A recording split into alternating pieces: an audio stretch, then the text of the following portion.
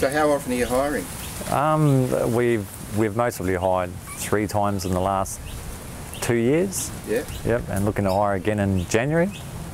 And how did you find the service? The service was great. Like they just helped. They wanted to rent us a wagon that wasn't dented and made sure we knew how to, treat the wagon and bring it back undented, so it didn't cost us any money. Yeah. So you were happy with the service? Yeah, for sure. Like the return was quick. We returned it. The paperwork was done within 5 minutes, and we were out of there, which is a great saving for us because we don't want to be hanging around. We've got a lot of stuff to do when we've shifted into the joint, the area.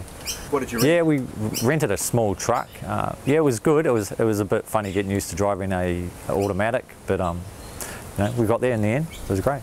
Well, I don't tend to rent vehicles. Like we're shifting, and that's the only reason why we would rent it.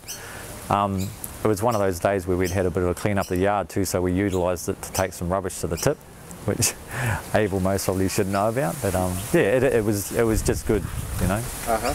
And it was a wet part of the week, so none of our furniture got damaged, and which was a good thing too. Well, I've always rented off Abel. I don't think I've ever used anybody else other than being in other countries and renting cars.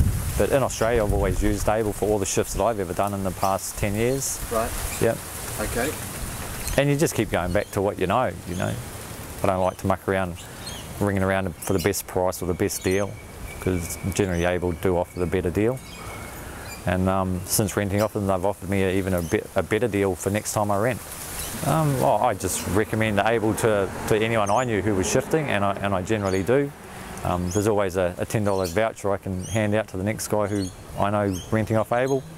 Sort of something you just pass on to your mates.